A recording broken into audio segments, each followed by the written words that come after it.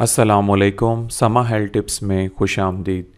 नाजरीन, आज एक नई वीडियो के साथ आपकी खिदमत में हाज़िर हुआ हूँ और एक नई इन्फॉर्मेशन आज आपको मैं दूंगा जो कि बहुत बड़ी एक गलत फ़हमी है जो कि मर्द हजरात में पाई जाती है। और वो गलत फ़हमी क्या है वो आगे चलकर आपको पता चल जाएगा। वीडियो स्टार्ट करने से पहले आपसे ये गुजारिश करूँगा कि आपने वीडियो को मुकम्मल वॉच करना है ताकि आपको तमाम बातें आसानी के साथ समझ आ सकें और जो इतनी बड़ी गलत फ़हमी है जो मर्द हजरात के अंदर पाई जाती है वो दूर हो सके।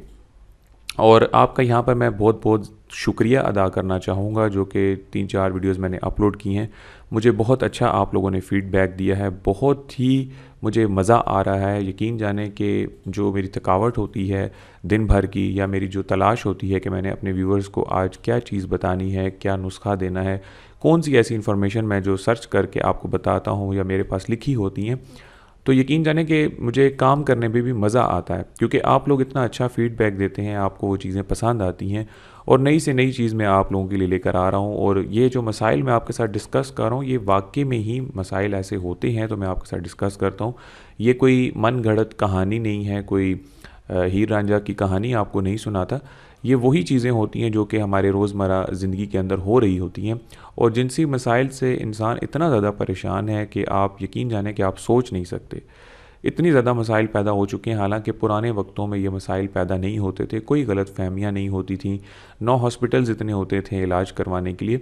तो आजकल के दौर में इतनी मुश्किलात क्यों हैं कि बहुत सारी वजूहात हैं। ये इंशाल्लाह एक वीडियो में फिर बनाऊंगा और कुछ अहम बातें और कुछ अहम चीज़ें जो डिस्कस करूंगा आपके साथ कि उस दौर में और आजकल के दौर में फ़र्क क्या है। और फ़र्क मैं जो है इंशाल्लाह पूरी कोशिश करूंगा कि वाजिया करूं कि उस दौर में क्या चीज़ें हुआ करती थी और आज हमारे दौर में क्या चीज़ें होती हैं। तो ये इंशाल्लाह एक लेंथी वीडियो हो जाएगी, वो मैं इंशाल्लाह फिर कभी आपके साथ बनाऊंगा। आज की जो वीडियो है बहुत ही ख़ास है और कोशिश करूंगा कि उसको जल्दी वाइंड अप करूं क्योंकि लोगों को जो है ज़्यादा बड़ी जो वीडियो होती है वो पसंद नहीं होती क्योंकि इतना पैकेज भी नहीं होता उनके पास, तो इसलिए वो बड़ी मुश्किल से चीज़ को देखते हैं। तो आज की जो वीडियो है वो है, उसका जो उन्वान है वो आपने देख लिया होगा कि बीवी की शर्मगाहों के बारे में एक बहुत बड़ी गलतफहमी जो है वो आम हो चुकी है। नाजरीन, वीडियो स्टार्ट करने से पहले आपसे गुजारिश करूंगा कि जिन्होंने मेरे चैनल को अभी तक सब्सक्राइब नहीं किया वो मेरे चैनल को अभी सब्सक्राइब कर दें, नीचे लाल रंग के बटन पर क्लिक कर दें और घंटी के जो बेल आइकन होगा उस पर भी क्लिक कर दें। इससे ये आपका फ़ायदा ही होगा कि आपको मेरी तमाम वीडियोज़ जो हैं वो आसानी के साथ मिल जाएंगी। अज़ीज़ नाजरीन, बहुत से लोगों की सोच होती है कि हम एक ऐसी लड़की से शादी करेंगे जिसकी शर्मगाह सील हो, मतलब कि बंद हो, खुली ना हो। और कुछ मर्द अपनी सुहाग रात वाले दिन को ही अपनी बीवी की शर्मगाह को देखते हैं कि इससे खून निकला है या नहीं।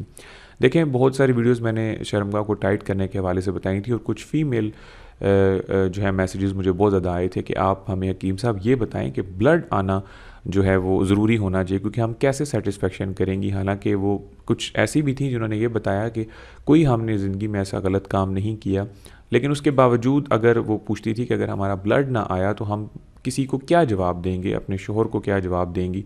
तो वो बहुत ज़्यादा इस मसले से परेशान है। तो मर्दों को ये चाहिए कि अपनी गलतफहमी को दूर करें, कि वो ऐसी हरकत ना करें कि सुहाग रात वाले दिन, कुछ मैं आपको बता रहा हूँ कि मर्द ऐसे होते हैं जो शर्मगाह को इसलिए देखते हैं कि इससे खून निकला है या नहीं। दोस्तों, ऐसा करना किसी शरीफ आदमी के साया निशान तो नहीं, यानी शरीफ आदमी ऐसी हरकत नहीं करता। हो सकता है ऐसा वही करते हैं जो लोग गंदी सोच के मालिक होते हैं। जिन लोगों की घटिया सोच होती है या गंदी सोच के मालिक होते हैं वो इन चीज़ों को सोचते हैं और वही ऐसा काम करते हैं। लड़की की शर्मगाह का पर्दा बज़ाहिर बहुत नाजुक होता है और वो किसी भी वजह से खुल सकता है, मसलन सीढ़ियाँ चढ़ने से, ऊपर तेज़ी से उतरने से या फिर खेलने कूदने से और टांगें खोलकर बैठने से भी खुल सकता है। क्योंकि ये चीज़ें आपने देखी कि बच्चियां जब स्कूल में जो होती हैं, कॉलेज यूनिवर्सिटीज़ में होती हैं, बहुत सारे शोज़ होते हैं, सीढ़ियाँ होती हैं, ऊपर नीचे चढ़ते हुए भी किसी वक्त भी, यानी खेल कूद के अंदर भी हो सकता है क्योंकि पर्दा जो है वो बहुत नाजुक होता है। इसलिए सीढ़ियाँ चढ़ने से भी, तेज़ी से नीचे उतरने से भी, या कोई भी ऐसी एक्टिविटी या छलांगे लगाने से, कुछ खेल कूद ऐसे होते हैं जिनमें छलांगे लगाई जाती हैं, तो पर्दा इतना नाजुक होता है कि वो खुल सकता है। ऐसा देख कर कि बीवी की शर्मगाह सलामत नहीं है, बीवी पर तोहमत लगाना और शादी सलामत नहीं है, यानी कि वो समझते हैं कि हमारी ज़िंदगी ख़राब हो गई, तो ये इन चीज़ों को जो है वो तोड़ देना चाहिए। ये इस्लामी तालीमात के ख़िलाफ़ है। ये मर्दों के अंदर बहुत ज़्यादा गलत फ़हमी है। खुदारा इस बात को या इस आदत को छोड़ दें।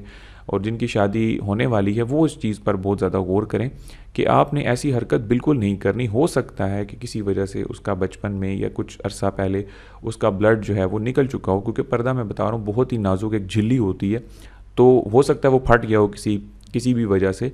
तो ये तोहमत लगाना कि जी तुम्हारे साथ कोई गलत कारी किसी ने की है या कुछ ऐसा किया, तो ये जो शरीफ आदमी है उसको ज़ेब नहीं देता। आपकी जब शादी हो चुकी है तो आपको चाहिए कि जैसी भी है आप उसके साथ कंप्रोमाइज़ करें, कोऑपरेट करें उसके साथ, तो आपकी ज़िंदगी अच्छी गुजरेगी। बजाय उस पर तोहमत लगाना और इस तरह की बेहुदा हरकतें करना कि खून क्यों नहीं निकला, ये चीज़ें मर्द हजरात नोट कर लें, अपनी सोच को चेंज कर लें काइंडली।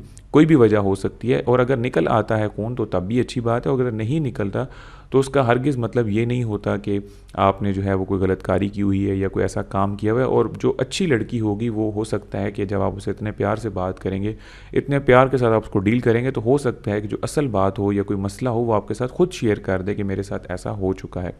तो नाजरीन, ये थी मेरी आज की वीडियो। उम्मीद करता हूँ कि आपको बहुत पसंद आई होगी। जिस तरह आपने पहले वीडियोस के नीचे मुझे कमेंट्स किए हैं, अच्छा फीडबैक दिया है, उम्मीद करता हूँ कि इस वीडियो के नीचे भी आप मुझे अप्रिशिएट करेंगे, अच्छे मैसेजेस करेंगे, अच्छे कमेंट करेंगे, ताकि मेरी हौसला अफजाई हो सके। और इंशाल्लाह पूरी कोशिश करूँगा कि आने वाली वीडियोज़ में भी आपको नई से नई इन्फॉर्मेशन, नए नुस्खे जो हैं वो आप तक पहुँचाऊँ। इसलिए चैनल को ज़रूर सब्सक्राइब करें। मेरी हौसला अफजाई के लिए वीडियो देखने का बहुत शुक्रिया। मिलते हैं अगली किसी अच्छी वीडियो के साथ, तब तक के लिए मुझे इजाज़त दें। अल्लाह हाफ़िज़।